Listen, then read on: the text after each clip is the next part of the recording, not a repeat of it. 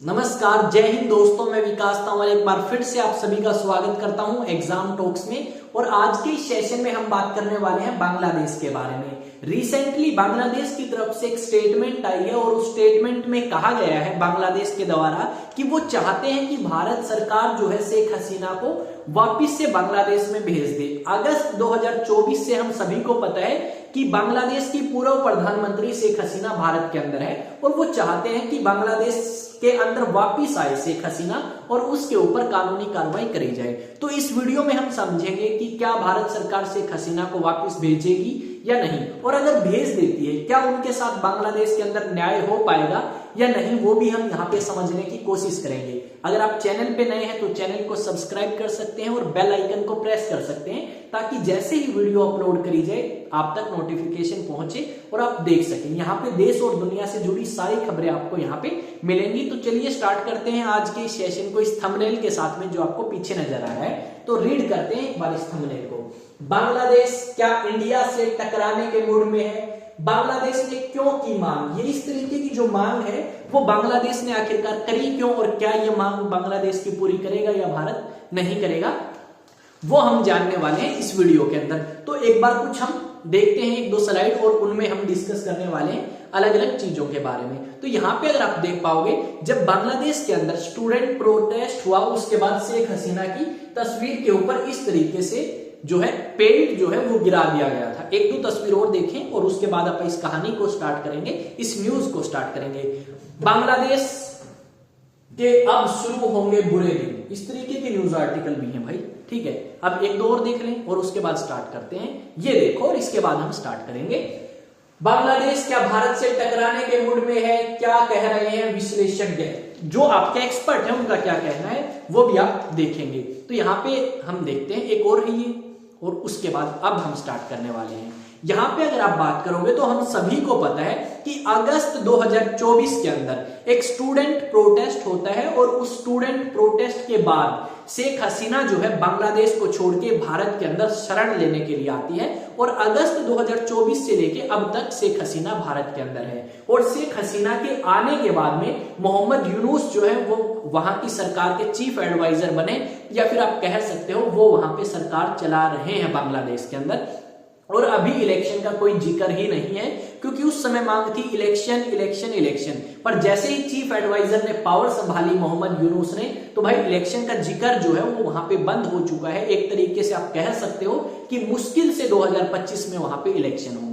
अब जब ये सारी की सारी चीजें हुई तो आपके जो मोहम्मद यूनुस हैं वो नजदीकियां बनाना स्टार्ट करते हैं पाकिस्तान से और भारत से दूरियां, क्योंकि ऐसी बहुत सारी स्टेटमेंट आई मोहम्मद यूनुस की तरफ से जहां पे हमें ये रियलाइज होगा कि मोहम्मद यूनुस पाकिस्तान का साथ देंगे ना कि भारत का, और भारत के प्रति काफी बुरी स्टेटमेंट हमें देखने को मिली। और साथ में जो हिंदू आपके बांग्लादेश के अंदर है उन हिंदुओं के साथ भी काफी अच्छा व्यवहार जो है वो वहां पे नहीं किया गया। उन्हें मंदिरों के अंदर पूजा करने से मना किया गया, उनके मंदिर तोड़े गए, देवी देवताओं की मूर्तियां जो है वो बांग्लादेश के अंदर तोड़ी गई। और उसके बाद एक मांग आती है आपकी बांग्लादेश की तरफ से कि शेख हसीना जो कि भारत के अंदर है, बांग्लादेश चाहता है कि उसे वापस से बांग्लादेश में भेजा जाए ताकि उनके ऊपर क्या करी जा सके, कानूनी कार्रवाई करी जा सके। क्योंकि अगर हम बात करें तो शेख हसीना के टाइम में भारत के काफी अच्छे रिलेशंस थे, और कहीं ना कहीं शेख हसीना के फादर जब पावर में थे तो उनके टाइम में भी हमें भारत के साथ अच्छे रिलेशंस देखने को मिलेंगे।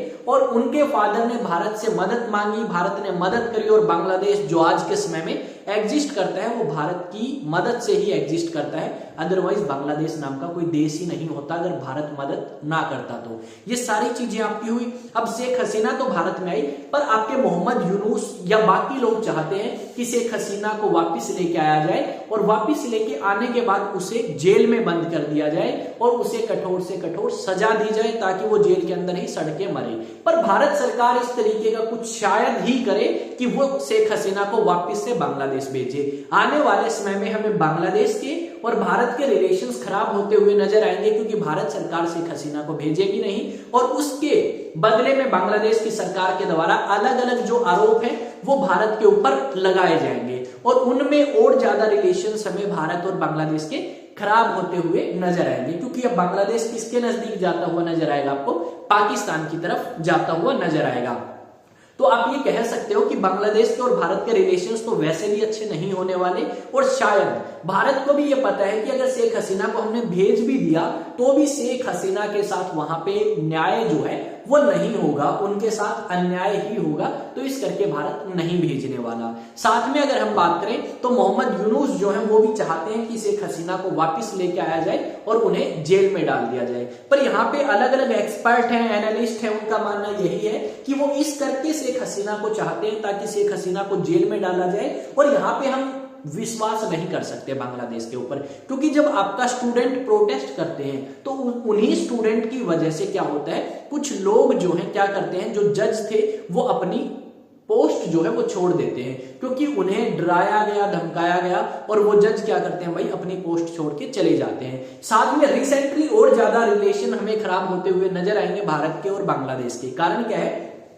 आपके एक चीफ एडवाइजर जो है मोहम्मद यूनुस, उन्हीं के अंडर एक व्यक्ति है, महफूज नाम है शायद उनका, और उन्होंने क्या किया, उन्होंने एक मैप शेयर किया अपने सोशल मीडिया प्लेटफॉर्म फेसबुक के ऊपर, और उस मैप पे ये दिखाया गया था कि जो बांग्लादेश है उसी का हिस्सा बताया गया त्रिपुरा को, उसी का हिस्सा बताया गया असम को, और उसी का हिस्सा एक और भारत के राज्य को मिला के दिखाया गया कि ये सारा तो क्या है भाई, बांग्लादेश है। और भारत सरकार ने जब तक इसका प्रतिरोध किया या जवाब दिया, उस टाइम से पहले वो पोस्ट डिलीट कर दी। पर भारत सरकार ने एक बात जरूर कही कि भाई इस तरीके की जो पोस्ट आप कर रहे हो ना, इस तरीके के जो ट्वीट आप कर रहे हो, अगर इस तरीके के ट्वीट करते रहे तो आने वाले समय में तुम्हें क्या करना पड़ सकता है, भारी कीमत चुकानी पड़ सकती है, या फिर आपको इसका जवाब जो है वो दिया जाएगा और उससे आपको काफी बड़ी नुकसान की आपूर्ति करनी पड़ सकती है। यानी आप कह सकते हो पहले भी भारत के ऊपर काफी डिपेंड था बांग्लादेश, और आज के समय में भी कहीं ना कहीं थोड़े दिन में इनको ये रियलाइज होगा कि हमने तो गलत रिलेशन खराब कर लिए भारत के साथ, बिना भारत के तो हमारा काम ही नहीं चल सकता। क्योंकि अगर आप पाकिस्तान के साथ रिलेशन इंप्रूव भी करते हो तो क्या फायदा होगा, क्योंकि पाकिस्तान के पास खुद के पास नहीं है खाने के लिए, तो बांग्लादेश की किस तरीके से मदद कर सकता है। पाकिस्तान में खुद में महंगाई है देश के अंदर, तो यहाँ पे किस तरीके से वो मदद करेगा। अगर आप रिलेशन इंप्रूव ही करना चाहते थे तो आपको रिलेशन इंप्रूव करना चाहिए था किसके साथ में, भारत के साथ में, पर आप गए पाकिस्तान के साथ में, और कहीं ना कहीं आगे और ज्यादा कोऑर्डिनेशन और ज्यादा नजदीकियां हमें बांग्लादेश की और पाकिस्तान की देखने को मिलेगी। पर फायदा यहाँ पे ना तो बांग्लादेश को होगा ना पाकिस्तान को, क्योंकि ना तो पाकिस्तान के पास में इतने रिसोर्सेज है और ना ही बांग्लादेश के पास इतने रिसोर्सेज है कि वो एक दूसरे की मदद कर सके। पर भारत के पास है भाई रिसोर्सेज, तो आपको भारत के साथ जाना चाहिए था। और मेरा मानना यह है कि शेख हसीना को वापस से तो नहीं भेजेगा भारत, और यहाँ पे रिलेशन हमें और ज्यादा खराब होते हुए नजर आएंगे। और इन्हीं चीजों का जो फायदा है वो कहीं ना कहीं पाकिस्तान उठाएगा और भारत को इस चीज का नुकसान भुगतना पड़ेगा, क्योंकि भारत के एक तरफ पाकिस्तान और दूसरी तरफ एक और दुश्मन तैयार हो चुका है बांग्लादेश, तो उससे कहीं ना कहीं हमें नुकसान होगा। तो हमारी सरकार को भी और बांग्लादेश की सरकार को भी सोचना चाहिए कि इससे ना तो बांग्लादेश को फायदा ना भारत को फायदा, दोनों को ही नुकसान होगा। तो आपका क्या ओपिनियन है, क्या शेख हसीना को भेज दें बांग्लादेश? ठीक है, आपको भी पता है न्याय नहीं मिलेगा, तो आपका जो भी ओपिनियन है उन्हें भेजें ना भेजें, या जो भी आप अपना जो ओपिनियन शेयर करना चाहते हैं डेफिनेटली कर सकते हैं कमेंट सेक्शन के अंदर। आपके लिए कमेंट सेक्शन ओपन है और हम देखते हैं कमेंट आपने क्या किया है। तो ये सारी अपडेट थी शेख हसीना को लेके, पाकिस्तान की तरफ से जो बातें कही गई, भारत की तरफ से जो बातें कही गई, वो मैंने आपको बताने की कोशिश करी है। और एक और स्लाइड जो है उसमें हम देखेंगे हमारी एक अपडेट के बारे में, जो कि कंपटीशन बैच के रिगार्डिंग अपडेट है। यहाँ पे आप में से बहुत सारे ऐसे स्टूडेंट हैं भाई जो एनडीए के लिए प्रिपेयर करना चाहते हैं, और जो स्टूडेंट एनडीए के लिए प्रिपेयर करना चाहते हैं वो भाई एक बैच तो स्टार्ट होगा 1 जनवरी 2025 से, ये तो है अप्रैल वाले एग्जाम के लिए, और दूसरा बैच स्टार्ट होगा भाई 1 अप्रैल से। इसको मैं नेक्स्ट स्लाइड में आपको बताने की कोशिश करूंगा।